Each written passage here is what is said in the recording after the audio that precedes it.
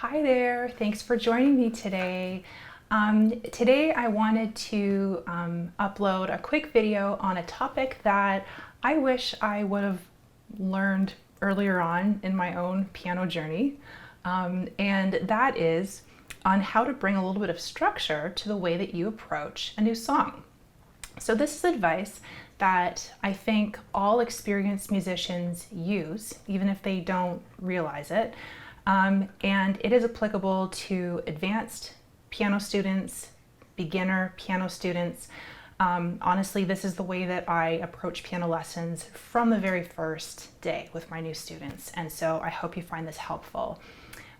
Okay, so by bringing structure into your practice time, I do not mean having a checklist that you have to get through, like, oh, make sure you do this, this, and that. I find those things so rigid and just void of any kind of creative engagement. I don't find those things very helpful. So when I talk about bringing structure to your practice, I more mean seeing your practice time as a set of like phases or stages that you go through when you're approaching a new song. And why do I say it's important to do this? Well, I remember when I was first starting out playing piano, if I had a new song and if it was completely unfamiliar to me, then it would just, the whole thing would feel very overwhelming and intimidating. And of course, my piano teachers would, kindly break it down like, okay, work on this line this week and this line next week, work on one hand and then the other hand, things like that to help break it down a bit. But I still found that if you feel that your new music piece is 100% unfamiliar to you when you sit down to it, whether you're playing one line or a whole page, the whole thing feels very chaotic. It feels very intimidating, and so I'd like to share some tips on breaking down the process of learning a new piece so that the piece is less intimidating and so that the experience is overall more enjoyable for you. So the structure that I have in place I'd like to talk about today is 5 steps that you can take when you're approaching a new song on piano. And step 1 may seem a little unconventional from a piano teacher, but I really believe is so important, and that is to start from a place of love and confidence. Okay, step 1, absolutely start from a place of love and confidence. And you may be asking, Sarah, what does love have to do with piano lessons? Everything that you do at your instrument starts from your mental mindset. And I see so often when people sit down to play or to practice, they are not starting from a place of love and confidence. They are starting from a place of shame and scarcity. They're not thinking about how amazing it's going to be to play this song. They're thinking about like, oh, how far they have to go to be a really good piano player and how long the journey is ahead of them. And they are secretly embarrassed of the beginner music that they're playing sometimes. Sometimes they're embarrassed that this is where they're at and that they can't play better now, that this is, it bothers me so much and it breaks my heart when these students come to my lessons and they have this kind of a negative mindset in their, that they're starting with. And these kinds of thoughts are so toxic, and they are not going to infuse your practice with any kind of joy. And they're certainly not going to make sitting at your instrument a fun place to be if all you're thinking about is how you're unhappy with yourself and where you are right now. So in order to turn this around, I recommend coming at this from a completely opposite direction. Flip this over. Instead of thinking about how far you have to go in your piano journey, think about how far you've come already. Think about what a great learner you've been so far. What evidence do you have in your life that you're capable of learning new things. Oh my goodness, if you ever went to school, if you ever learned how to communicate using language, if you ever learned a new skill or a new hobby, you probably have lots of examples of things that you've learned in your life. And look to those things when you are sitting down to your piano. I just encourage you, when you're sitting down to your piano, I encourage you to just take a moment to be proud of yourself for sitting down there and to remind yourself of what a capable learner you are. The idea is to start building up evidence of your capability in your mind. Remind yourself of a time that you learned to carve wooden spoons. Remind yourself of a time that you learned yoga over a couple of years. Remind yourself of the time that you picked up a second language. What evidence do you have that you're a good learner and that you can achieve the things that you want to do? Start from there. That is a much better and much more productive place to start your piano practice than being worried or intimidated or just overall feeling negative about your stage in your piano journey. And once you've built up this evidence of your capability, we can start infusing those good feelings into our music. And that brings me to step 2. So step 2 in approaching a new song is, so we've already reminded ourselves of, how capable we are and all the great things that we know already. So now step 2 in your practice time will be, when you're looking at your new sheet of music, to find things that are already familiar to you. Okay? So, I mean anything. Like if you're just beginning and you recognize this is the title. The title is The Little Bird. That means to me that the song is probably going to sound like a bird singing. Absolutely anything. Maybe you recognize the treble clef and that you're like, okay, so I know that these notes here are going to be played with my right hand. There's the bass clef. These notes are going to be played with my left hand. Maybe, if you've taken a bit of piano lessons already, you start to notice notes that are right beside each other. Like, oh, okay, there's an F and there's a G. I know that, those two notes are right beside each other, so I can take care of those ones. Maybe if you're an advanced player, you start noticing intervals or patterns, common patterns in music. So for example, one of my favorite composers is Chopin. And I recognize that Chopin loves to use sixths. That's when two notes are 6 notes apart. And these are everywhere in his music. And so when I sit down to learn a new piece of Chopin, I will often look through the melody and start finding these sixths, because it gives me some grounding. It's like, oh, okay, here's an element that's familiar to me.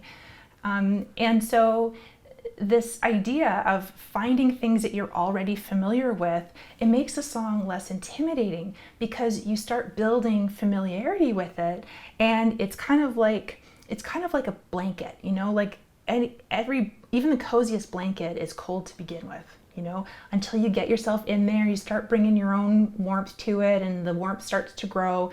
It's kind of the same thing. I hope this analogy works for you, but it's kind of the same thing when it comes to music. All music is completely new at the beginning, but you start to infuse the things you already know about it, however small. Then you start building up that familiarity, and that familiarity kind of feeds into reminding yourself of what a musician you are already, the musical learning that you are bringing to this piece already. And before you know it, you're starting to make sense of this brand new piece that maybe you've never looked at before. That's really empowering. So that's step 2, finding things in the song that are familiar to you. So then once you are starting to build your confidence in the things that you do know how to move forward with, then comes the next part, which is stage 3, which is finding the things that are unfamiliar to you. So if you're a beginner at piano lessons, perhaps that means notes that you've never seen before, or some kind of an accidental, or maybe there is like a section of the rhythm where you can't quite get like what that's supposed to sound with. There's a saying, I'm going to butcher this, but the idea is that naming a problem is the first step to overcoming it. And this really applies to music, because if a song is just completely unfamiliar to you, it's going to feel like this big, chaotic, bubbling mess. But when you start identifying the little pieces to it that you need to figure out in order to achieve this piece, you're again empowering yourself and making the piece more familiar to you, because you're putting some mental organization into that new piece. And that makes the piece less intimidating, and it makes the piece less confusing, because you're starting to understand, okay, here are the things I understand, here are the things I don't understand, and you can move forward from there. So it's really important at this point, when you're specifically looking for the things that you don't understand in a piece of music, that you don't panic. Do not panic. The last thing that we want is for you to feel overwhelmed by a new piece of music. So there are kind of two things that you can think of. So one is, if you find that you're pulling out a lot of things that you are not comfortable with, you may ask yourself, is this the right song for me to be playing right now? So I believe that it's really important to start songs that you have a chance at being successful with. Crazy thought. And so I try to make sure that when me and my students are learning a new piece, we choose something that isn't too far beyond our current capabilities. And so I'm looking at only a 10% learning curve. And by that, what I mean is, for every one thing that I or my student can't do comfortably, there are 9 things that we can do comfortably. I'm talking take it really easy. So if you find that it's you're bombarded with all these things you don't know, maybe it's not the right piece for you. But if you're dedicated to the piece, if you really want to learn it, or if you feel that, yes, I can do it, it is within my capability, I just need to push forward with this, push through the intimidation, then perhaps you just need to return to step 1, where you reminded yourself of what a great learner you already are, how capable you already are, and just start using that, start trying to channel that positivity into your current moment. And that should hopefully get your heart rate down a little bit. Okay, so then once you have identified a couple of things that you need to learn in this piece, then step 4 would be to choose one of those things that you can work on today. And choosing one of those things is great because it gives you some direction in your practice time, and it gives you something measurable to point to, so that you can say, I achieved this today, or I worked on that rhythm today, or I ironed out the fingering on that section today, or something like that. But the point is that you can actually see your progress over time when you pick out these things to work on, these specific things to work on, and then achieve them, basically. So some people use a music journal for that. I tend to just kind of put notes in I've got little squigglies and stuff like that in my music book, where I kind of note the sections that could use a bit of work. So sometimes I get asked, well, what should I work on first? Well, it's kind of subjective. In general, when I'm learning a new piece or teaching a new piece, I usually recommend figuring out the notes first, then figuring out the fingering for those notes, because you want that to be, that's very important to memorize good fingering at the time of that you're learning the notes. Then work on rhythm, make sure your rhythm is good, and then work on your expression. So how loudly and softly you're playing, your phrasing, and stuff like that. But with all that said, what I think is more important is that you choose a challenge that excites you in this moment. So let's remember, you are a capable learner. You know how to learn things. Chances are you have an intuitive sense on what you're kind of pulled to in that moment. So you have, 3 goals for this piece. Which one do you feel drawn to right now? Don't think about what you should do. Think about what you feel like doing right now. If you keep coming back to this piece, you'll eventually get through all of those challenges, right?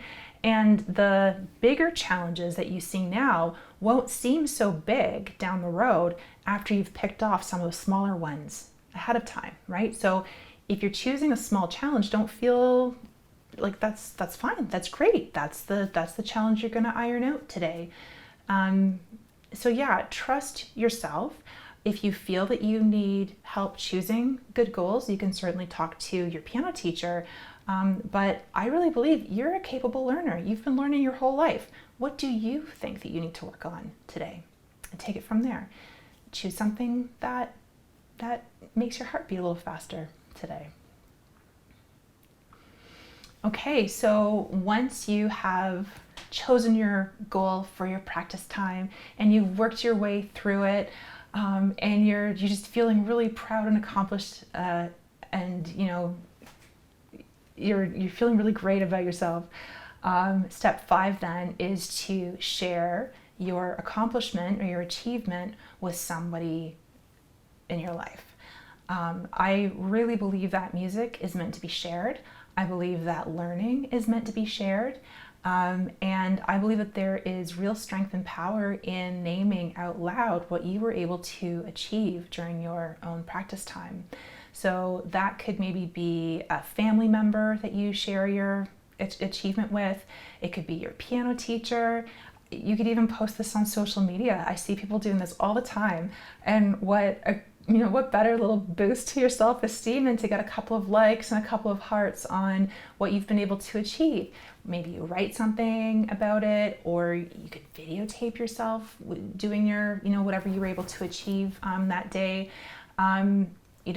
People love seeing this stuff. And you'll get like a couple of, encouraging comments. That's fantastic. And then you even have a written record of your accomplishments, your piano practice journey. So bonus, that's another great win. So I really believe it's important to share the results of your hard work. And if you feel that your practice time wasn't that successful, if you were not able to achieve the thing that you wanted to achieve that day, then again, I suggest that you talk to somebody about it. Try to identify what your barrier was and see if you can formulate that barrier into a question that you can ask somebody. So if there's like a concept or a rhythm in your sheet music that isn't familiar to you, maybe you can formulate a question to ask your piano teacher when you see them next. Or if the barrier to your time was just concentration because the house was too noisy, maybe you can turn that into a question that you can ask the people that you live with to support you by giving you some quiet time or finding out when the best time would be to practice, something like that. So, but yeah, sharing your work one way or another, I really think is the best way to build your own community of support. So there you have it. These are the 5 steps that I recommend for learning a new song. This is a structure that I use with all of my students. I always start by learning about them and their musical journey so that we have things to point to as our step 1 in, seeing ourselves as capable learners, even if it's their very first piano lesson. And we go on from there. We talk about things that they are familiar with, things that they are not familiar with, and then we choose a challenge to work on together. And then when we have succeeded in our challenge, then we share our work. And I believe that this is the same process that advanced musicians use too. You know, people who have been playing their instrument for like 20, 25 years, maybe they don't have a, you know, like a mindful moment at the beginning of their practice session, or maybe they do, but you know, maybe they don't necessarily sit and really think about what a successful, accomplished, you know, piano player they are, or, you know, or whatever. But I don't think they need to, because that information about how, that knowledge of how capable they are as learners and as musicians, it's just kind of, it's subconscious now. It's so taken for granted that they don't have to remind themselves that I can learn this new piece. They just feel confident that they can. They've learned many pieces before, and there's no reason to think that this next piece would be any different. And I think that advanced musicians also, they move on to the next step by finding the elements in the piece that are familiar to them. They'll be like, oh, okay, we'll check out the key signature. And they'll be like, oh, okay, that's 2 sharps. So that means that it could be D major or it could be B minor. Oh, there's the A sharp accidental. It probably means it's a B minor. And they'll just kind of like go through the piece, noticing what's familiar to them to help them make sense of that piece. So, you know, if they notice that a piece is in B minor, that means that there's like a certain structure on the piano, or a certain set of notes that they can expect to play, that because the B minor key is familiar to them. And then they start looking for the unfamiliar things. What are the uncharacteristic things in this piece that I might need to pay attention to? And then they'll build up their challenges bit by bit, you know, breaking down the things that they need to work on, whether it's fingering or a trill or something. And then once they've learned what they set out to learn, they often share their work with others. They might share with a group of friends, or they might perform their piece. If they're active on social media, they might just make a video of what they did that day. Yeah, so I mean, even though I don't really hear this particular framework being talked a lot about, I still think that it's really common.